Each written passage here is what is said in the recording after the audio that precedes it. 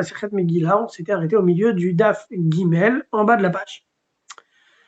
On a parlé de la traduction de la Torah, on a parlé de la traduction du Nach et d'autres choses. Et maintenant, on va revenir à notre sujet d'origine, c'est la compréhension du verset de la Megillah pour bien définir quand est-ce qu'on doit lire la Megillah. Alors, la Gemara commence comme ça. Ve'ashta, et maintenant. Des Amraat, que tu as dit, Medina ve'ir va'ir, l'idracha, que le doublon du terme, on dit Medina, et on dit aussi ir va'ir, ça vient pour nous enseigner quelque chose, donc c'est-à-dire la date, comme on avait dit dans le daf précédent, imkan mishpacha ou mishpacha, lorsqu'on va encore accentuer en parlant des familles, les mayata, qu'est-ce que ça vient nous apprendre?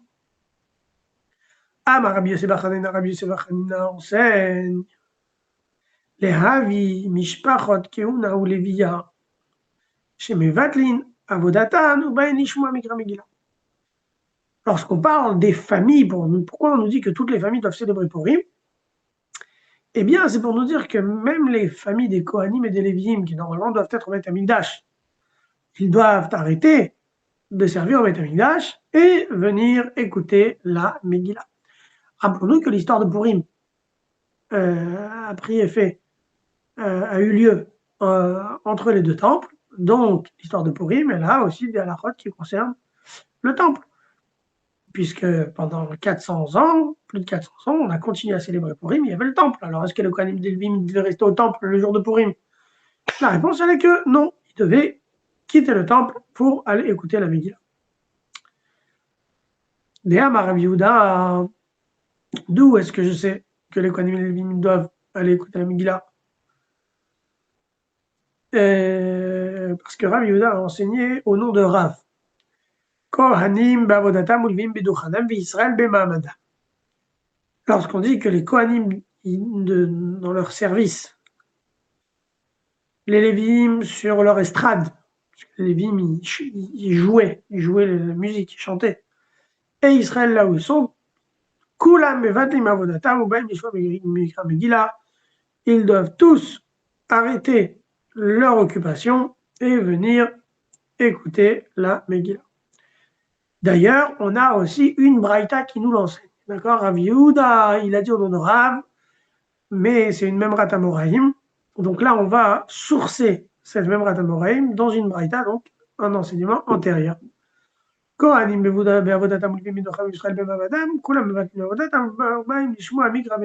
on est dans une paraphrase, dans une répétition en fait. On dit exactement la même chose, mais c'est une braïta qui le dit, donc ça a un poids plus important.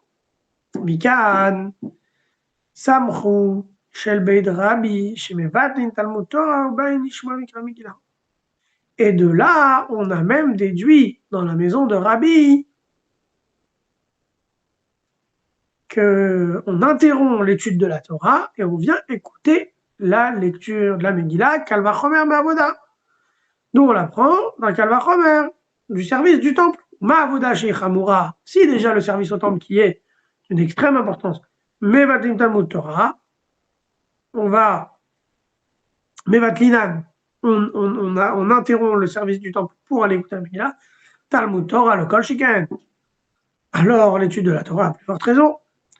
Donc, on a placé ici, évidemment, la Avoda, le service au temple, au-dessus de l'étude de la Torah. Alors, la Gemara, elle n'est pas forcément très contente de ça. Elle va interroger, évidemment, cette nouvelle déclaration, que le service au temple est plus important que l'étude de la Torah. Alors, elle dit, Avoda Hamor Amida Torah, mais est-ce que le service au temple est plus important que l'étude de la Torah? Active. Et voilà, j'ai un verset duquel je peux comprendre l'inverse. Tu vois? Vayehi biot Yoshua biricho. Vayisa ena vayar, veine ish omed lenegdo, vaishtachu le'apav. Yoshua, il était à Yéricho. Il a levé ses yeux et il a vu un homme face à lui. Il avait une épée. Et Yoshua, il est parti le voir, il lui dit qu'est-ce que tu veux? Est-ce que tu es avec nous? Est-ce que tu es contre nous? Et il lui a dit non. Moi, je suis le Sar Tzva Hashem, je suis le serviteur d'Hachem. Et Yoshua, Yishtachu, Yishtachu Lapav, il s'est prosterné devant lui. Il dit, comment est-ce qu'il a pu faire ça? On n'a pas le droit de saluer une personne qui ne connaît pas pendant la nuit. Pourquoi il s'est prosterné devant ce personnage inconnu? Pourquoi on ne salue pas une personne inconnue la nuit? Parce qu'on peut le suspecter d'être un shed. Un shed, pour le traduire, c'est comme un esprit, un démon. Shad et Atam, l'Agmara dit non, là-bas c'est différent. Et Amarlé, parce qu'il lui a dit qui a Nisar Tzva Hashem, parce que je suis le serviteur d'Hachem, le prince d'Hachem. Alors, Vedilma Meshakre, peut-être qu'il ment. Peut-être qu'en fait c'est un shed et il va mentir. Il dit, mais je suis serviteur d'Hachem. Dit l'Agmara, Gmiri, Delo, Mafke, Shem Shamayim, Levatala. On a appris par la tradition que même les esprits, ils ne disent pas, ne prononcent pas le nom d'Hachem pour rien. Et en fait, c'est qu'il y a eu quelque chose qui s'est passé. Il y a eu une discussion entre ce Shed et Yehoshua. Marlo, il lui a dit, Emesh bital tem tamid ben ha'arbaim. Hier, vous avez omis de faire le tamid, donc le sacrifice de l'après-midi. Ve'arshav bital tem Torah. Et aujourd'hui, vous avez omis d'étudier la Torah. C'est-à-dire que la veille, Yehoshua, il n'a pas pu faire le korban du tamid, mais l'esprit, le shed avec son épée, il n'est pas venu. Ça veut dire que sa faute de ne pas avoir fait le korban, donc c'est la avoda, c'est comme le service au temple, n'a pas fait réagir l'esprit de sorte à venir et menacer Yehoshua. Par contre, il dit maintenant, vous avez omis d'étudier la Torah alors que vous pouviez, donc vous avez fait bitul Torah, et donc je suis venu maintenant. Donc on peut comprendre que le manque d'études de Torah, ou l'interruption de l'étude de la Torah, est plus grave que l'omission de faire un sacrifice au temple. Donc si déjà, pour faire le sacrifice au temple, si déjà pour faire le sacrifice au temple on s'arrête, alors à plus forte raison pour la Torah on va s'arrêter, c'est ce qu'on a dit avant. Ben avec cette histoire, c'est remis en question. Parce qu'on voit que non, l'étude de la Torah est plus importante que le service du temple. Marlo, alors on va voir la suite. Marlo, Yehoshua a dit à l'ange, Eizemehen bata, pour lequel tu es venu, pour laquelle faute tu es venu, le fait qu'on n'ait pas fait le sacrifice hier ou le fait qu'on n'a pas étudié la Torah aujourd'hui. Il lui a répondu, Atabati. Je suis venu maintenant, ça veut dire je suis venu pour la faute de maintenant. Miyad, tout de suite, qu'est-ce qui s'est passé? Yalen, Yehoshua, Balayla, Obetachemek. Yehoshua a dormi cette nuit-là dans la vallée. Et donc, qu'est-ce qu'il a fait? Pourquoi c'est quoi il a dormi dans la vallée? C'est censé réparer son action, son manque d'avoir étudié la Torah. Rabbi Yochanan, il interprète ce passage. Amar Rabbi Yochanan, quand on nous dit que Yehoshua, il a dormi dans la vallée, c'est pour nous dire, mais Lamed, ça nous enseigne, chez Lan Be'umka shel Halacha. En fait, il n'a pas dormi, mais il a passé la nuit dans les profondeurs de la Halacha. Donc, pour réparer son manque d'études, il a passé la nuit à étudier les profondeurs de la Halacha. Là, Shmuel Barouni enseigne. Gadol Talmud Torah Yoter Ma'akravat Midi, l'étude de la Torah est encore plus importante que de sacrifier les Tmidim chez Neymar, comme il est dit, Atabati, je suis venu maintenant à cause du manque d'étude de la Torah. Donc, qu'est-ce que tu vois ici? Que l'étude de la Torah est plus importante que le sacrifice. Donc, de déduire que les Lévim et les Kohanim, ils peuvent interrompre leur service et de là en déduire qu'on peut interrompre l'étude de la Torah, c'est pas évident. C'est quand même l'histoire de Yoshua qui me prouve que l'étude de la Torah, c'est plus important. Agmara répond, Lokashia, il n'y a pas de difficulté ici dans les deux valeurs. Laquelle valeur est la plus importante? Pourquoi? Haderabim Havehade Yachid. Il y a une valeur différente dans un Talmud Torah des Rabbim, quand c'est une assemblée qui étudie la Torah, et une personne seule qui étudie la Torah. Lorsque Rabbi il a dit que on peut interrompre l'étude de la Torah pour aller écouter la Megillah, et on apprend ça, on le déduit du Kal Vachomer, avec la Braïta qui nous dit que au temple on arrête de faire un sacrifice pour aller écouter la Megillah, ça s'applique à une étude de la Torah à Beyachid, seul. Par contre, quand c'est en groupe, ça ne s'applique pas. Donc ça veut dire qu'on va considérer que l'étude de la Torah seule, elle est moins importante que le service au temple. Et ça aussi, la Gemara n'est pas d'accord. En tout cas, elle l'interroge. Ou des Yachid Kal, mais est-ce que tu veux induire par là que l'étude de la Torah seule, c'est banal? Mais Adnan, mais voilà, maintenant j'ai une Mishnah. Si on a une Mishnah qui va dire le contraire, c'est très fort une Mishnah. Qu'est-ce que dit la Mishnah? Nashim Moed Me'anot Avallo Metaprot. Rabbi Shmuel Omer, Imayus Mukhot Lamita Metaprot. Rashi Chodashim Bechanouka Bepurim Me'anot ou Metaprot Basé ou Basé Aval Lo Mekonenot.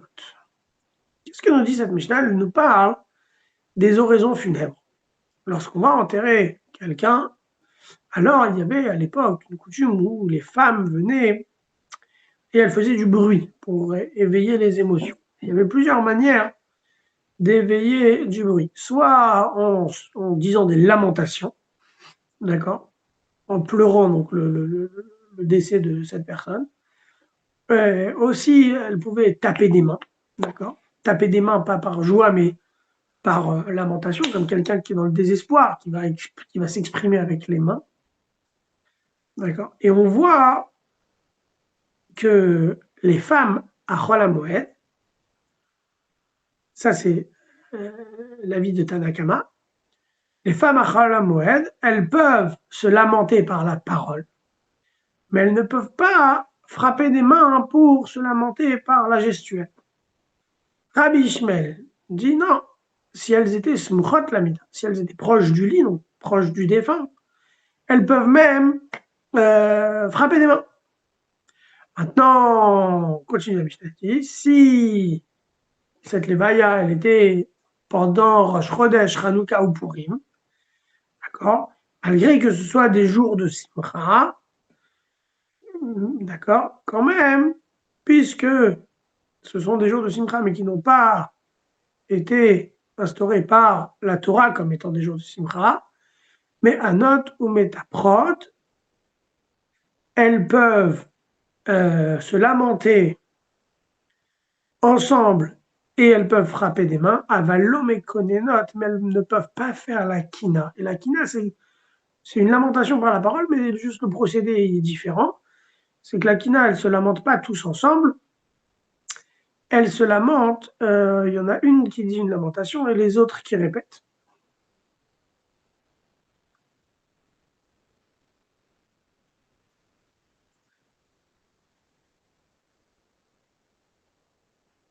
Alors maintenant, pourquoi cette Mishnah, elle vient nous montrer que l'étude d'un Yachid, c'est important? On va voir.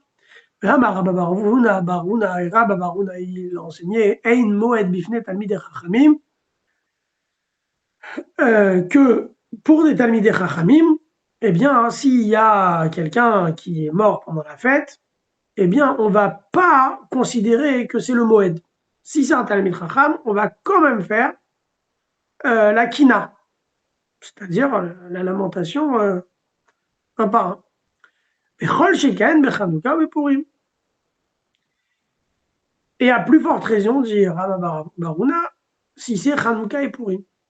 Qu'est-ce que tu vois? Tu vois que malgré qu'on a une Mishnah qui nous dit que à Chol HaMoed, on ne fait pas la lamentation, S'il y a un Talmid Chacham qui est mort pendant la fête, on fait la lamentation.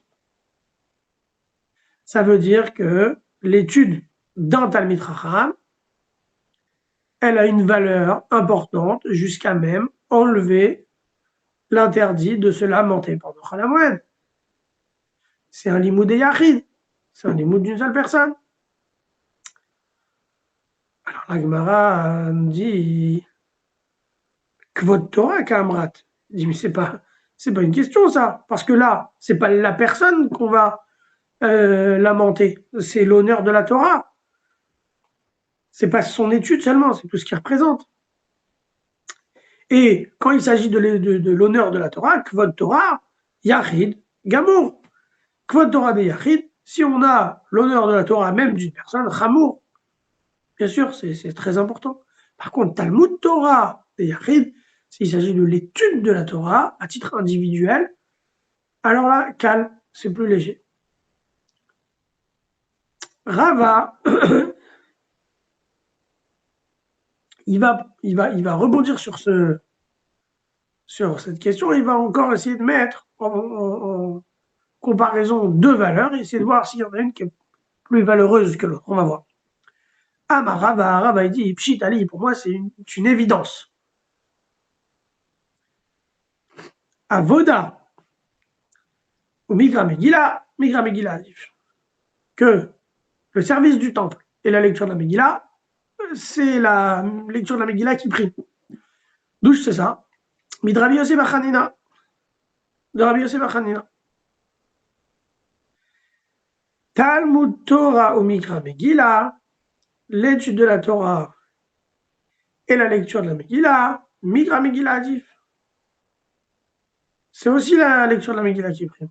D'où je sais ça? Mais des Samrouch, elle va être Rabbi, parce qu'on a dit plus haut que Rabbi, ils ont été sommaires sur ça, en disant qu'il faut aussi interrompre l'étude de la Torah. Il continue.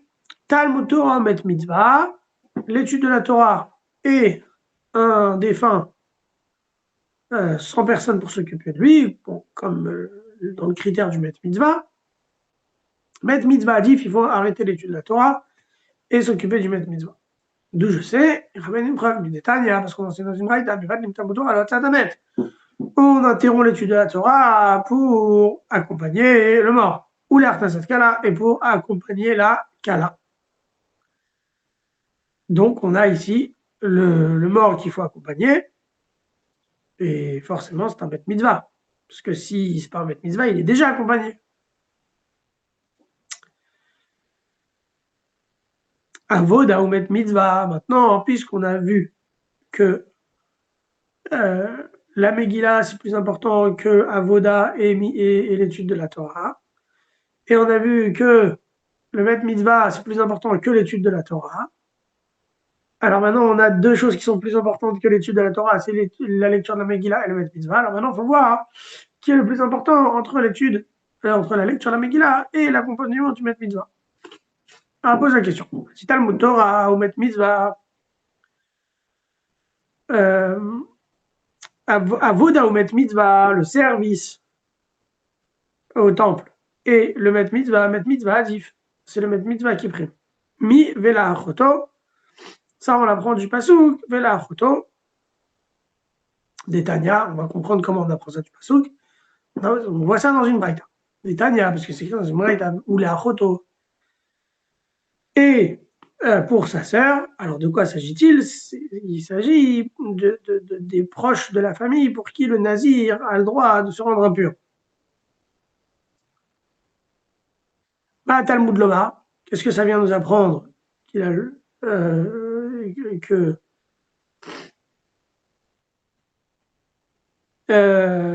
pour sa sœur, il n'a pas le droit de se rendre impur.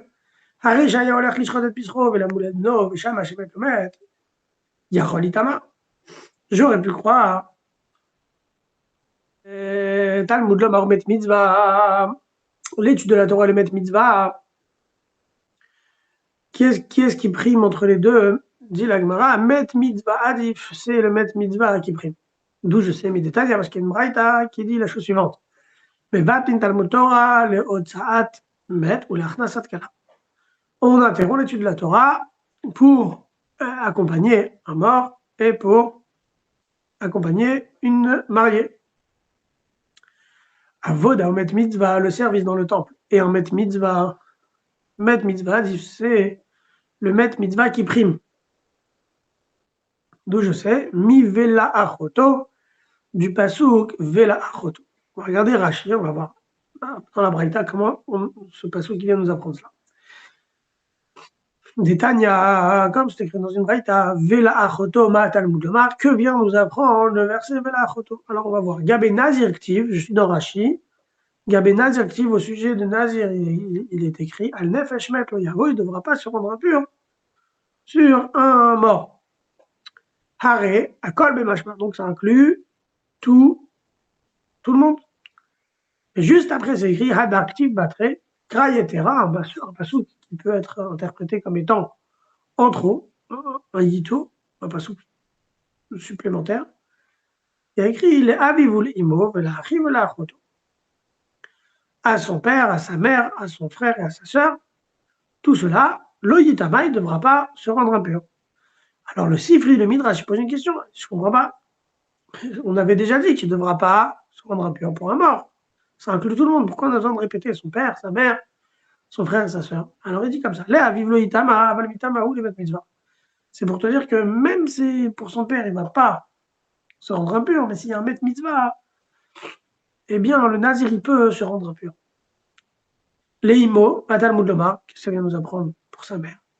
Shehimaya Kohen ve Nazir. S'il était Kohen et Nazir, Afalpi Shekadosh Bel Kushot, même qu'il cumule deux saintetés, malgré tout, les imo loitama, balmitamo, le met mitzvah, pour sa mère, il ne pourra pas se rendre impur, c'est vrai.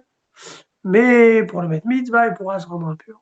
Il arrive, quoi on répète le frère, chez Imaya Kohen Gadol ve Nazir. S'il était non seulement un Kohen Gadol, donc il a une douche encore supplémentaire, et en plus il est nazir, alors les arrive loitama, pour son frère, il ne peut pas se rendre impur. Aval mitamehu le met mitzvah, mais il peut se rendre impur pour le met mitzvah. Il doit se rendre impur pour le met mitzvah. Pourquoi? D'accord, harkulu le met mitzvah à tout. Il car l'autre, nous parce que forcément, toutes ces précisions, elles sont venues nous parler du met mitzvah. Alors si ça ne peut pas concerner directement le père, la mère, le frère, forcément, ça doit concerner l'autre sujet qui est concerné dans le même thème, et donc c'est le met mitzvah. Alors on continue, pourquoi on dit velachoto? C'est pour te dire, imeno inyan elut neo inyan et bitul, l'inyan bitul avoda ou mila mitne met mitzvah, alors tu aurais pu dire que velachoto c'est pour te dire que tu peux pas tu peux pas te rendre impur pour la sœur, mais tu peux interrompre le fait de servir au temple et de faire la mila pour aller faire le met mitzvah. Amart, loitama, alors là on va le voir dans la Gemara, comment il va le dire. Si il est en train d'aller faire la shrita du Pessah, donc il est au temple. Et, ou bien il était en train d'aller faire la Brit Mila à son fils, Shlomet, et il a entendu qu'il y a maintenant un met mitzvah, Yachol Yitama, alors là il devra se rendre impur pour s'en occuper. Amat lo Yitama, non, il ne pourra pas se rendre impur. Yachol Keshem Shenomitamme Leachoto Kachenomitamme le met mitzvah. Dans ce cas-là, t'as qu'à me retourner la question. Tu peux me dire, puisqu'il s'écrit Loïtama, alors tu peux déduire de là que comme il ne se rend pas impur pour accompagner sa sœur, alors pareil, il ne devrait pas se rendre impur pour un met mitzvah. Talmud Lomar, Vela Achoto. Et pour sa sœur, la Achoto ou des Enomitame, c'est pour sa sœur qui ne se rend pas impur, Aval Mitame, met mitzvah, mais il peut se rendre impur pour un met mitzvah. Donc, on a conclu l'idée de voir que le met mitzvah adif, que c'est le met mitzvah qui est plus important que l'étude de la Torah, mais aussi plus important que la avoda, parce qu'on voit que pour la avoda, on ne s'arrête pas, mais pour le met mitzvah, on s'arrête. La avoda, c'est le service du temple, et on a cité le Korban Pessah, où on ne s'arrête pas du Korban Pessah, mais pour le met mitzvah, on s'arrête. Rabba, il a posé une question. Mikra Megillah ou met mitzvah, hey mina yuadif. Donc maintenant qu'on a mis le met mitzvah tout en haut et la Megillah tout en haut, alors entre les deux, lequel prime? Mikra Megillah adif, Mikra Megillah, ça prime parce que là on diffuse le miracle. Ça c'est une option. Odilma ou bien met mitzvah adif mishum kvad abriat.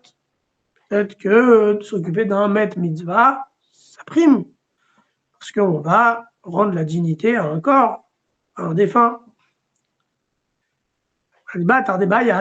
Après qu'il ait posé la question, il a résolu lui-même le problème. Et il a dit, met mitzvah adif. Il a dit que c'est le met mitzvah qui prime. Parce que le maître enseignait,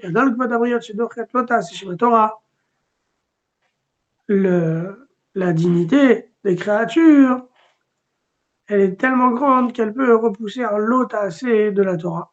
Donc une mitzvah négative de la Torah.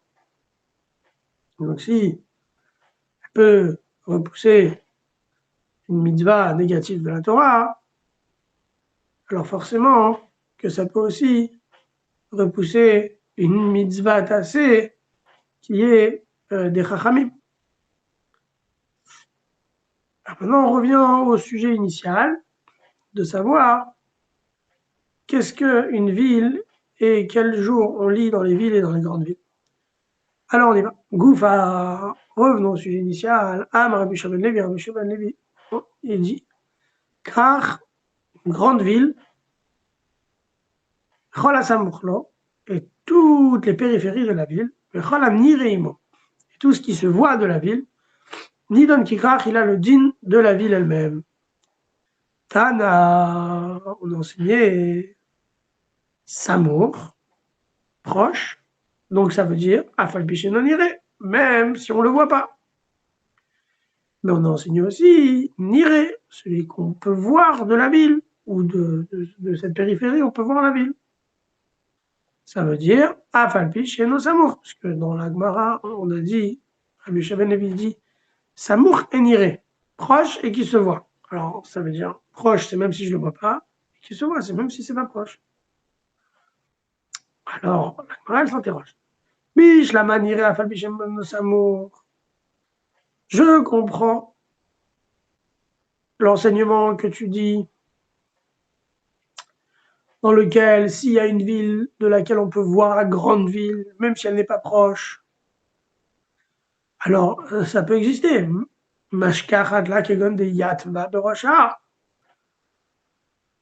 Si la ville, elle est en haut d'une montagne, alors en haut d'une montagne, on peut voir une autre ville, et même elle n'est pas proche, mais on peut la voir quand même.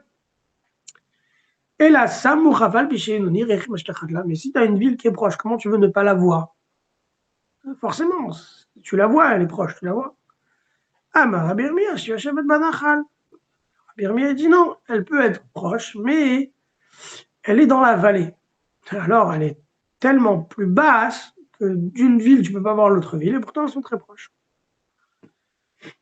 D'ailleurs, Rabbi Shimon Levi a aussi enseigné.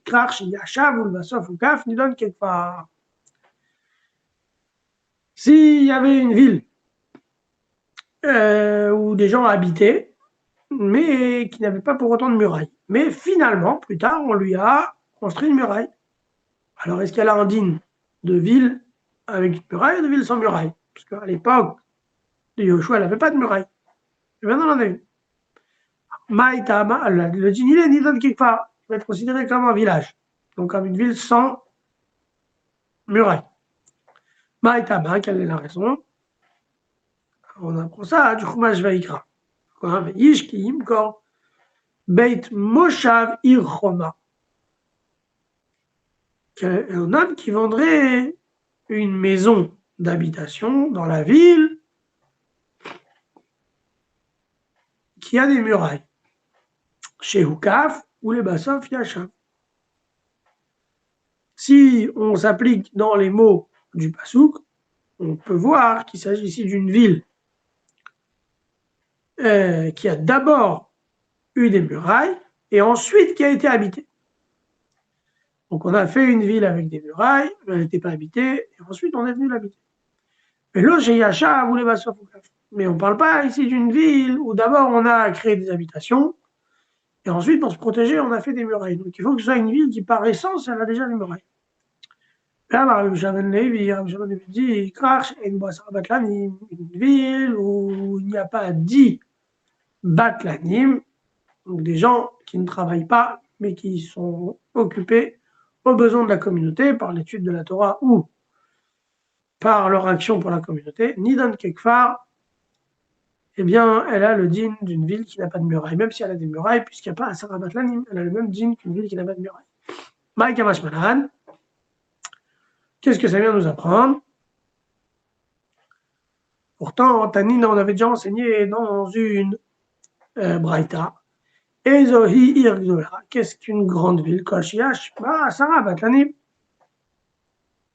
Toute ville où il y a 10 Batlanim, comme on vient de les décrire, ça c'est une grande ville. Et par Rod Migan, s'il n'y a pas 10, Arezekvar, alors ça indigne d'un kvar. Alors, un kvar, c'est une ville qui n'a pas de muraille. Krar Itzterichle. Alors, il dit, parce que non, le krar, ça vient quand même nous apprendre quelque chose. Parce que si tu as vu, il y a un chidouche dans ça. Parce que tu aurais pu me dire que malgré tout, ça reste un krar. Af algav des mikla, il les met alma. Même s'il y a des gens qui viennent du monde entier. Puisque c'est une ville où il y a quand même des gens qui rentrent et qui sortent, qui rentrent et qui sortent, donc tu aurais pu croire que ça a le din de krar. Mais puisqu'elle n'a pas dit Batlanim, malgré tout, même si c'est une grande ville où il y a du monde qui rentre et qui sort, malgré tout, elle n'aura pas le din d'un krar, elle aura le din d'un kfar.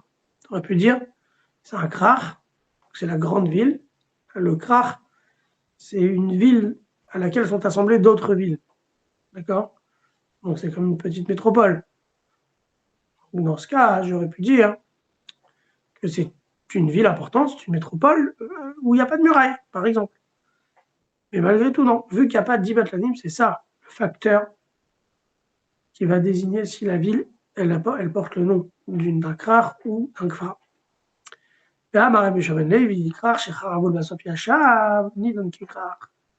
Un krar desquels les murailles ont été détruites.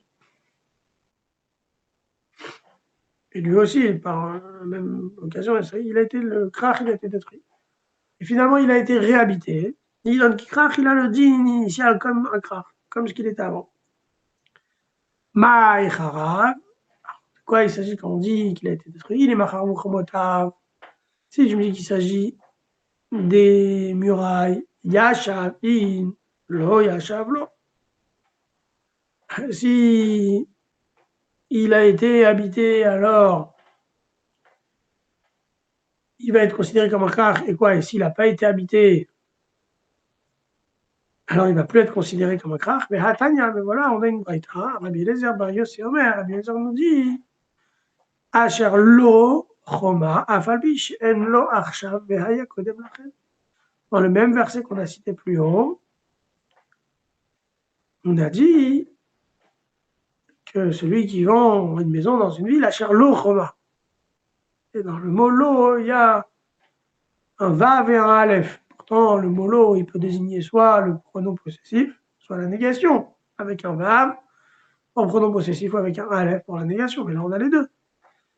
Alors, nous dit Rabbi Eliezer Bar Levi aussi, afalpish en lo arshav, même s'il n'a pas actuellement une muraille, vehayalo kodem lachen, puisqu'il avait avant des murailles, c'est considéré une ville qui a des murailles. Alors pourquoi tu me dis qu'une ville qui a été détruite, de ces murailles ont été détruites et n'a pas été habitée, elle perd son din de krach. On voit qu'elle garde toujours son din de krach. Et la maïcharav, que veut dire qu'elle a été détruite? C'est pas ces murailles, c'est pas ces maisons. Chez Charav, Measara, Batlanim, c'est une ville qui a été détruite, c'est-à-dire qu'elle a perdu ses Asara Batlanim. Berama Rabbi Yoshua ben Levi, Lod, Ono, Vege, Acharashim, Mukafot, Chomam, Yoshua bin Nun. Il nous donne 3 villes qui étaient des villes avec des murailles autant de Yoshua bin Nun, Lod, Ono, Vege, Acharashim. Et après la Gemara, elle va analyser chacune de ces villes pour voir d'où on sait que ces villes avaient des murailles, et surtout, ce qu'on a prouvé de là, c'est qu'elles ont gardé le din de villes qui portaient des murailles au temps d'Yeshua bin Nun. Et d'ailleurs, on va terminer avec cette petite halakha, c'est que la ville de Lod actuellement, elle a un safek, est-ce que c'est une ville Mukafat Roma de temps d'Yeshua bin Nun? C'est pour ça que certains à Lod, ils font attention de faire 2 jours de Mikra Megillah pour être yotzé comme les 2 shitot. Et comme ça, on a terminé le Daf Gimel Amoud Bet et on a lu la première ligne du Daf Dalet Amoud Aleph. À la semaine prochaine.